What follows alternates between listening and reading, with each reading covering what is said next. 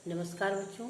आज मैं आपके सामने आरोह पाठ्य पुस्तक के काव्य खंड से गज़ल नामक पाठ बताने जा रही हूँ, जो कि दुष्यंत कुमार जी द्वारा लिखा गया है। कल मैंने अपने पहले भाग में आपको बताया था कि यह गज़ल में जो दुष्यंत कुमार रचित गज़ल है, इसमें कवि ने समाज की दुर्व्यवस्था पर प्रकाश डाला है। कवि देश व समाज की दुरवस्था को देखकर चिंतित है, क्योंकि जिन लोगों पर जन कल्याण का दायित्व है, वही लोग भ्रष्टाचार में लिप्त हैं। राजनीतिक व्यवस्था के कुशासन के कारण जन सामान्य को कष्ट पहुंचता है। कवि ने उन लोगों पर भी कटाक्ष किया है जो संघर्ष करने से पहले ही अपनी हार स्वीकार कर लेते हैं। इसलिए कवि को लगता है कि जनता में जागृति लाने के लिए इस तरह की रचनाएं लिखना आवश्यक है। जैसा कि दुष्यंत कुमार जी ने बताया था कि स्वतंत्र भारत में सभी लोगों ने एक वादा किया था, नेताओं के द्वारा ये वादा हुआ था कि प्रत्येक घर में दीपक जलेगा। लेकिन वहाँ निराशा का प्रतीक क्या है कि प्रत्येक घर में नहीं, यहाँ एक शहर के लिए भी दीपक नहीं है। आगे की पंक्तियों में उन्होंने बताया था कि भारत के लोग कभी अपने अभावों का रोना नहीं होते।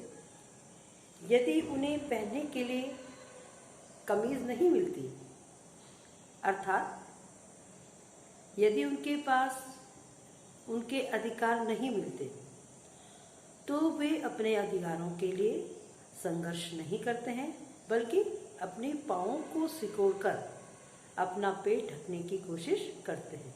अर्थात उनमें विरोध या संघर्ष करने की जो भावना है वह मर चुकी है। और देश में जो इस तरह के लोग होते हैं, कुशासन की सत्ता वाले लोग, उनके लिए ऐसे ही लोग अच्छे होते हैं, क्योंकि वे संतोषी होते हैं और अपने अधिकारों के प्रति उदासीन होते हैं। आगे के जो काव्यांश है वो ये है कि वे मुतमईन है कि पत्थर पिघल नहीं सकता, मैं बेकरार हूँ आवाज़ में असर के लिए। तेरा निज़ाम है सिलदे जुबान शायर की, ये एहतियात जरूरी है इस बहर के लिए। जिए तो अपने बगीचे में गुलमोहर के तले, मरे तो गैर की गलियों में गुलमोहर के लिए। ये वे मुतमीन है कि पत्थर पिघल नहीं सकता। मुतमीन का अर्थ है आश्वस्त, मतलब वो विश्वस्त है, उनको ये इसमें वो आश्वस्त है कि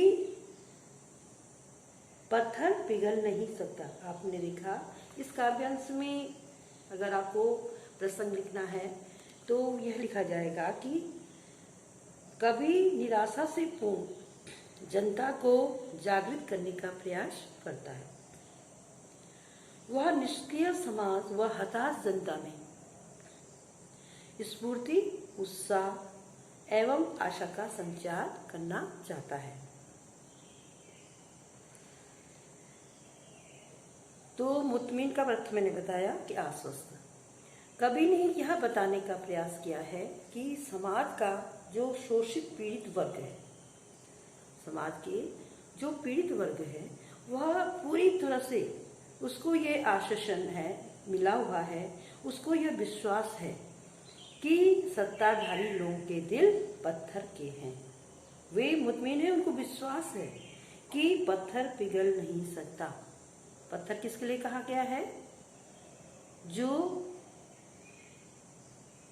ये सत्ताधारी लोग हैं, जो इस समय शासन को चला रहे हैं, उस शासन के लोगों की तरफ इशारा किया गया है कि जो पीड़ित लोग हैं, उनके मन में पूरी तरह से यह विश्वास है कि सत्ताधारी लोगों के दिल पत्थर के हैं। पत्थर के हैं अर्थात उनमें कोई भी दया, सहानुभूति या संवेदना नहीं है। और जिसके अंदर दया नहीं है, सहानुभूति नहीं है, वो क्या है? पत्थर के ही समान है। इसलिए वे मुतमईन हैं कि पत्थर पिघल नहीं सकता। उन लोगों पर किसी की पीड़ा का कोई असर नहीं होता। परंतु कवि का विश्वास है कि आवाज में असर हो तो सत्ताधारी पत्थर दिल भी पिघल जाएंगे। मैं बेकरार हूं। मैं कौन? कवि। बेकरार मतलब व्याकुल। और कवि कह रहा है कि मैं इस बात के लिए व्याकुल हूं, आवाज में असर के लिए। अर्थात कि अगर कोई दिल से आवाज देगा तो जरूर ही उन लोगों पर इस बात का असर पड़ेगा। इसीलिए वह जो पीड़ित वर्ग है, पीड़ित लोग हैं, उनकी आवाज में असर डालने की कोशिश कर रहा है। कवि क्या कोशिश कर रहा है? उस पीड़ित वर्ग के मन में अपने संघर्ष के लिए एक चेतना जागृत कर रहा है। वह कहता है कि अगर आवाज में असर हो तो जो सत्ताधारी लोग हैं वो चाहे कितने भी पत्थर दिल होंगे वह एक दिन पिघल जाएंगे। इसलिए कवि की यही कोशिश है कि पीड़ितों की जो आवाज है, विरोध करने की जो भावना है, वह कुछ जागृत हो। तेरा निजाम है सिलदेश जुबान शायर की, ये एहतियात जरूरी है इस बहर के लिए। कवि आगे कहते हैं कि सत्ताधारियों की शासन व्यवस्था तभी तक सुरक्षित रहती है जब तक समाज का प्रबुद्ध वर्ग यानी चिंतक, प्रबुद्ध वर्ग कौन है? जगा हुआ जो चिंतक हैं, विचारक हैं, कवि हैं या शायर हैं, वह लोग चुप रहे। तो तेरा निजाम है कि सिलदे जुबान शायर की क्या है? कवि कह रहा है कि वो क्या चाहते हैं? वो लोग यही चाहते हैं कि जो समाज का प्रबुद्ध वर्ग है, जगा हुआ जो वर्ग है, वह चुप रहे और व्यवस्था के विरुद्ध आवाज ना उठाएं। व्यवस्था के विरुद्ध आवाज ना उठाएं। और शासक वर्ग के लिए यह सावधानी जरूरी भी है। ये एहतियात जरूरी है इस बहर के लिए। क्या कहते हैं? बहर का मतलब है गजल। गजल का कोई शेर या छंद, उसको कहते हैं बहर। और एहतियात क्या है? सावधानी। तो ये एहतियात जरूरी है इस बहर के लिए कि यहाँ पे यह शासक वर्ग जो है उसके लिए तो यह सावधानी जरूरी है कि सभी लोगों के मुंह चुप रहे, वह कोई भी आवाज न उठाए। इसलिए कवि कह रहे हैं कि तेरा निजाम है सिंधे जुबान शायर की। शायर कौन है? जो बोलने वाले हैं, प्रबुद्ध वर्ग है। वह उस वर्ग के जुबान को, मुंह को चुप रहने का प्रयास करते हैं। वो तो यही चाहते हैं कि हर आदमी चुपचाप हमारी बातें मानते रहे। और जो सत्ताधारी होते हैं उनकी शासन व्यवस्था भी तभी तक सुरक्षित रहती है जब तक कि कोई आवाज न उठाए और इस व्यवस्था के विरुद्ध आवाज न उठे। इसलिए शासक वर्ग या सावधानी शासक वर्ग के लिए भी जरूरी है। लेकिन कवि कहता है कि हमें भी जमाने में उचित बदलाव लाने के लिए अपनी आवाज को ऊपर उठाना आवश्यक है। किसी भी तो इसलिए समाज में दोनों तरह के लोग पाए जाते हैं।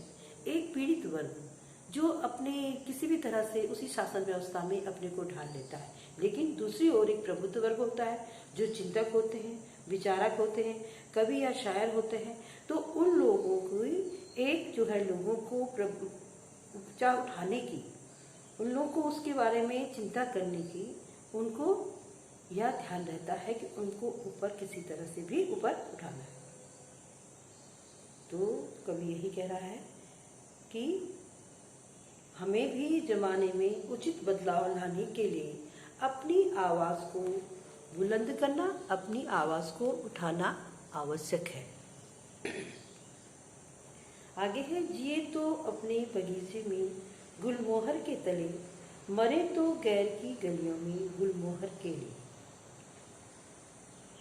हमारा, कवि आगे कहते हैं कि हमारा यही धर्म और कर्तव्य भी है कि अगर हम अपने बगीचे में जिए। गुलमोहर क्या है? एक प्रकार का फूलदार पेड़ होता है, एक पेड़ का नाम है जिसको गुलमोहर कहते हैं। तो वो कह रहा है कि हमारा धर्म भी है और कर्तव्य भी है कि अगर हम अपने बगीचे में जिए तो इसी गुलमोहर के नीचे, और गैर की गलियों में मरें तो भी इसी गुलमोहर के लिए, अर्थात अपनी इच्छानुसार जीवन व्यतीत करें। गलियां क्या है? रास्तों में, और गैर है अन्य, जो विरोधी लोग हैं। तो कवि की यह आकांक्षा है कि अगर हम जीते हैं तो अपने बगीचे में ही, अपने गुलमोहर के तले, अर्थात अपने देश में ही, अपने देश के लिए ही कोई कार्य करें। जिए तो अपने बगीचे में गुलमोहर के तले, गुलमोहर के नीचे ही जिए, और अगर मरे भी तो इसी गुलमोहर के नीचे मरे। मरे तो गैर की गलियों में, और अगर हम गैर की गलियों में भी मरे, अगर हम गैर मतलब जो बाहर का है, अन्य है, जो विरोधी लोग हैं, अगर हम उनकी गलियों में भी मरे तो इसी गुलमोहर के लिए, अर्थात जो हमारा देश है उसी के लिए मरे, और जो है उस पे अपनी इच्छानुसार ही जीवन व्यतीत करें। मतलब कवि का कहने का यही मतलब है कि अगर जीते हैं तो गुलमोहर के नीचे ही, और अगर जो है मरे, गैर की गलियों में भी अगर मरते हैं तो गुलमोहर के लिए ही मरे, अर्थात अपनी इच्छानुसार जीवन व्यतीत करें, उस पर किसी का भी किसी प्रकार का नियंत्रण न हो। इसका आशय यह है कि समाज कल्याण ही हमारा धर्म होना चाहिए, और हमको इसी के लिए जीना चाहिए और इसी के लिए मरना चाहिए। इसमें काव्य सौंदर्य के आधार पर आप लिख सकते हैं कि काव्यांश में कवि का आशावादी दृष्टिकोण व्यक्त हुआ है। कवि सबके मन में एक आशा जगा रहा है। वह आशा जगा रहा है कि अपने विरोधों के लिए और संघर्ष करना सीखना चाहिए, बोलना चाहिए। वह सामाजिक क्रांति के लिए व्याकुल है और उसको विश्वास है कि जन आंदोलन से हर परिवर्तन संभव है। अगर प्रत्येक व्यक्ति के मन में आंदोलन का मतलब उज्ज्वलित हो जाए, वह अपने विरोध करने की भावना उसके मन में प्रज्वलित हो जाए तो परिवर्तन हर तरह से संभव होता है।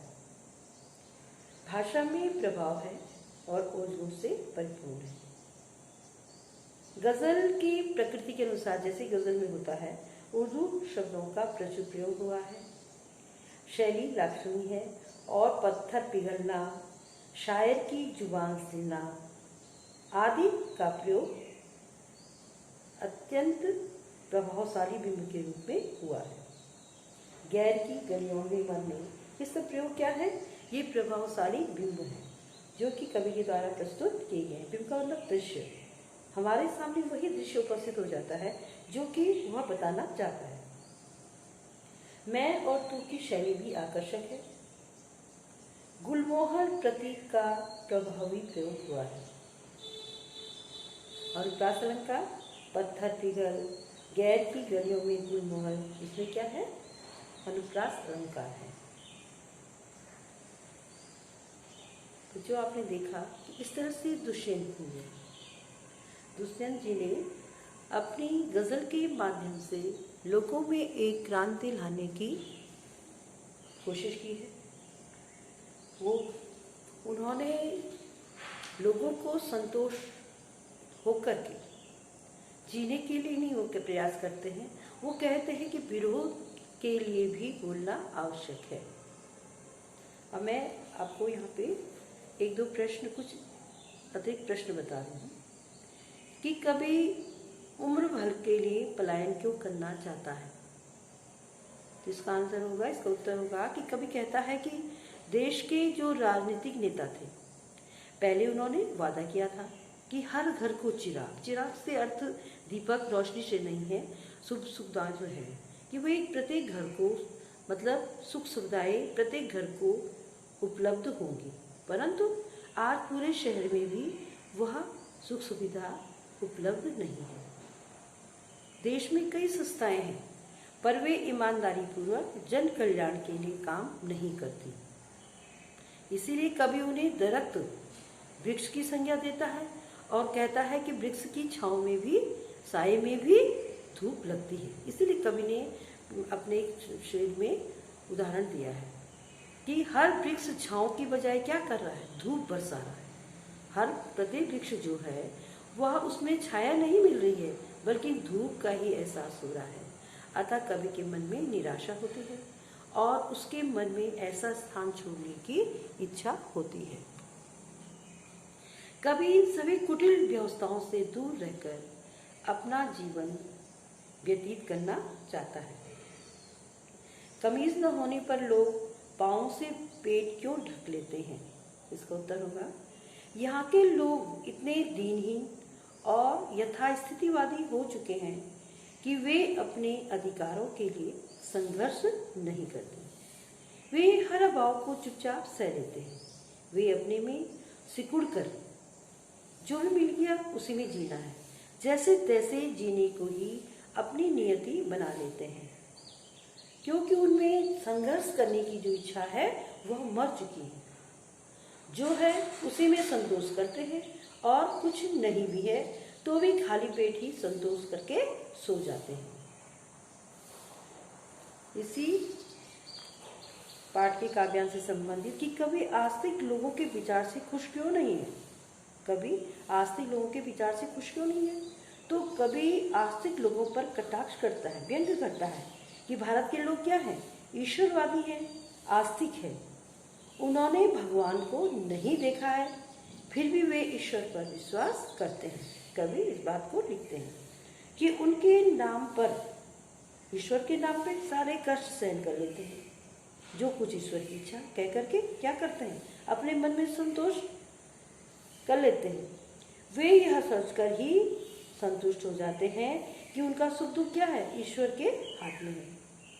और यही सोचकर वे व्यवस्था तथा कठिनाइयों के विरुद्ध कोई आवाज नहीं उठाते। कवि वास्तव में लोगों के ईश्वर के प्रति इसी दृष्टिकोण के कारण खुश नहीं है कि वह ईश्वर का आड़ लेकर के उनको जो कुछ मिलता है वह उसी में संतुष्ट हो जाते हैं। बच्चों, अब मैं अपना पाठ यहीं पे समाप्त कर रही हूँ। आशा है कि आपको पूरा पाठ समझ में आ गया होगा।